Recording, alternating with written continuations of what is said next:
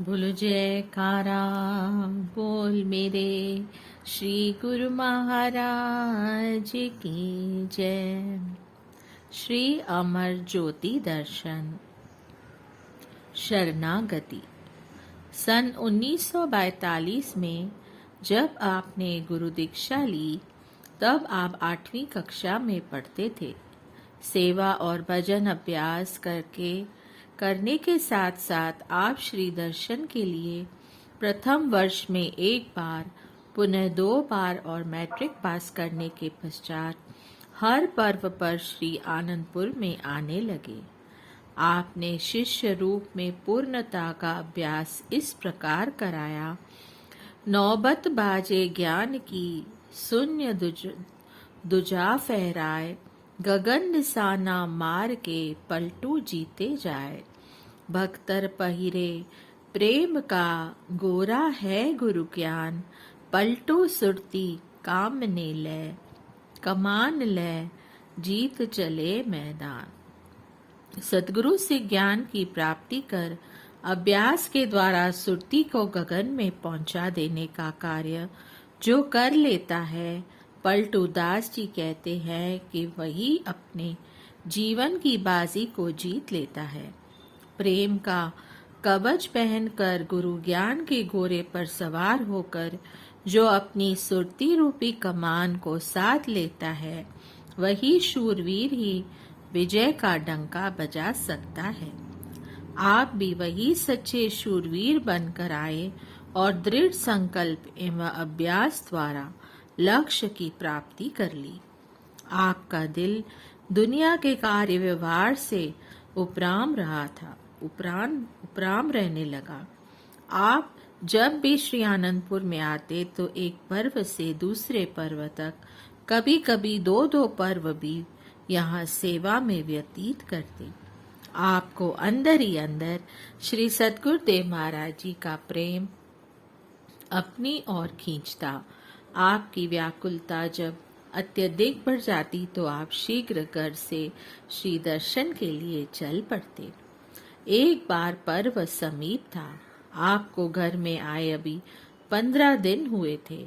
आपकी व्याकुलता सीमा पार कर गई और अभी अभी श्री आनंदपुर जाना है। आप किसी को कहना उचित न समझकर शीघ्रता से बहन के घर गए। वह चूंकि हर समय आपके दिल की भावनाओं को पूरा करने के लिए साथ निभाती थी। आपने उससे कहा कि हमारा दिल श्री दर्शन के लिए विह्वल हो रहा है। बहन संकोचवश आप अपने घर वालों से कुछ मांग न सकी थी, फिर भी उसने कहा, यदि आपका दिल है तो मैं साथ चलती हूँ। बिना किसी अन्य से कहे और बिना सफर खर्च लिए भी आप चल दिए। घर से स्टेशन के मार्ग में बाजार में आपने अपने कान के सोने की बाली उतार कर बेच दी और सफर खर्च पूरा किया। आप उस समय वह दर्शा रहे थे कि जब इंसान के अंदर प्रेम ठाठे मारता है, व्याकुलता और जिज्ञासा बढ़ जाती है तो कुदरत भी साथ देती है। कोई न कोई रास्ता अवश्य लक्ष्य तक पहुंचाने के लिए मिल जाता है। जब आप श्री आनंदपुर पहुंचे तो श्री सद्गुरुदेव महाराज जी कार में विराजमान होकर आपकी इंतजार में मानो राह देख रहे थे। जहां प्रातःकाल की सामूहिक विशेष सेवा चल रही थी, वहां महात्मा रोशनानंद जी को साथ लेकर बिना श्री भोग लगाए ही श्री आनंदपुर से बाहर की सड़क पर पहुंचे। आपको वहीं मार्ग में श्री दर्शन एवं प्रवचनों से निहाल कर दिया।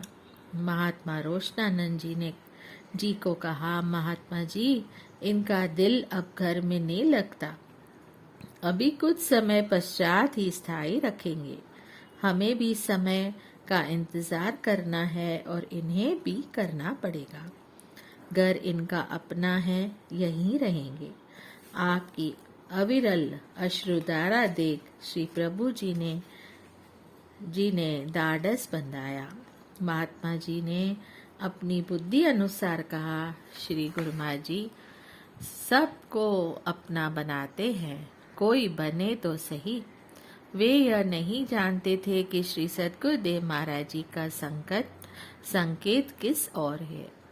उस समय श्री आनंदपुर में उबड़ खाबड़ लाल मिट्टी के टीले, घनी झाड़ियां युक्त स्थान पर जगह जगह पर सफाई की सेवा चल रही थी।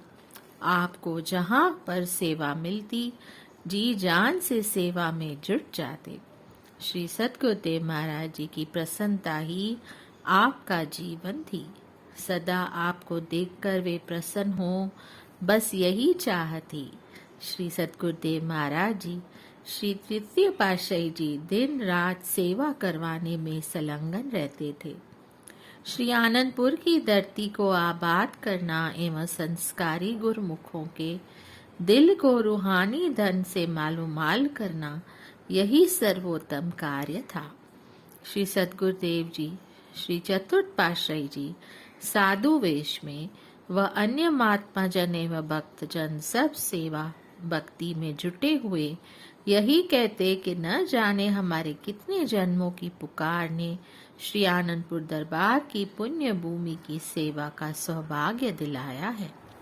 पूर्ण सतगुरु मिले, हृदय आनंद से के आनंद के कमल खिले। श्री गुरु महाराज जी चुनी हुई संस्कारी रूहों को यहाँ बुला रहे थे, अपने संग मिला रहे हैं। आत्मा का परमात्मा से मिलन हो रहा है। श्री सतगुरुदेव महाराज जी भी मौजवश कभी कभी सब गुरुमुखों को फरमाते, लाल रंग की मिट्टी सब लाल ही लाल। त्रेता में एक ही हनुमान था, अब यहाँ सब हनुमान ही हनुमान बन गए। आपकी श्री पंचम पातशाही जी की ओर मुस्कुराते और निहारते और फरमाते कि राम भी इनके साथ हैं। उस समय सब गुरुमुख जन श्री सद्गुरुदेव महाराज जी, श्री तृतीय पातशाही जी को श्री राम भगवान हमारे साथ हैं यह अनुभव कर खुशी में झूमते। आप श्री आज्ञा अनुसार श्री आनंदपुर में सेवा करके घर लौट आते। आपने एक बार श्री व्यास पूजा के पर्व पर भक्त दुर्गादास जी को श्री आनंदपुर जाने की अभिलाषा व्यक्त की। उस समय पंजाब मेल गाड़ी बीना स्टेशन तक आया करती थी। आपने टिकट रिजर्व कराने की कोशिश की, परंतु रिजर्वेशन नहीं मिली। जहाँ निश्चय में दृढ़ता हो, वहाँ ये विघ्न बाधाएं कोई महत्व नहीं रखती। आप सामान्य टिकट लेकर स्टेशन पर पहुंचे और देखा कि गाड़ी के चलने का समय हो गया है। आप लगभग दौड़कर ट्रेन में चढ़ गए। जल्दबाजी में भक्त दुर्गादास जी आपसे बिछड़कर किसी अन्य बोगी में चढ़ गए। आप जिस बोगी में चढ़े वह सारा डिब्बा यात्रियों से खचाखच भरा हुआ था। अत्यधिक भीड़ होने के कारण आगे खड़े हुए यात्री आपको चलती ट्रेन से उतारने की चेष्टा करने लगे, लेकिन गाड़ी की रफ्तार चूंकि तेज हो चुकी थी, इसलिए वे ऐसा न कर पाए। आप उल्टा मुंह करके सीढ़ियों में ही खड़े रहे। उसी डिब्बे के ही पीछे और कुछ मिलिट्री वाले बैठे हुए थे। इधर आपने श्री प्रभु जी को दिल से याद करते हुए विनय की, प्रभु हमारे दिल में आपका दर्शन पाने की तीव्र उत्कंठा है, क्या आप दर्शन नहीं देंगे? जैसे ही आपने महाप्रभु जी को स्मरण किया, आपने अनुभव किया कि उसी क्षण ही श्री तृतीय पातशाही जी महाराज जी ने आपको पीछे से आकर पकड़ लिया। मिलिट्री ऑफिसर जो खिड़की में से झांककर बाहर की ओर देख रहा था, उसकी दृष्टि आप पर पड़ी। आपके पीछे एक अद्भुत दिव्य प्रकाश को देखकर वह झटपट उठा और आपको एक ओर करते हुए और सबको एक ओर करते हुए आपको बाजू से पकड़कर अंदर डिब्बे में ले आया और सम्मान सहित अपने पास ही सीट पर बिठा लिया। आपसे उसने भक्ति के विषय में जानने की इच्छा प्रकट की।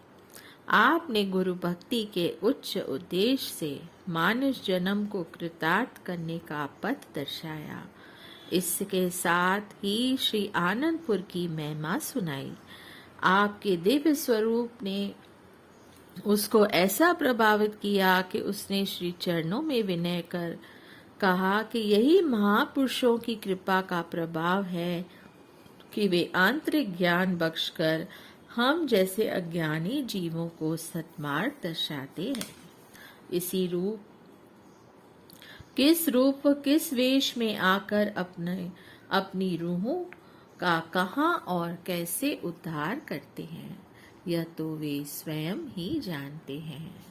आपने श्री आनंदपुर पहुंचकर श्री दर्शन अमृत रस पान कर आत्म पिपासा को बुझाया। बोलिए जयकारा, बोल मेरे श्री गुरु महाराज की जय। जय सच्चिदानंद।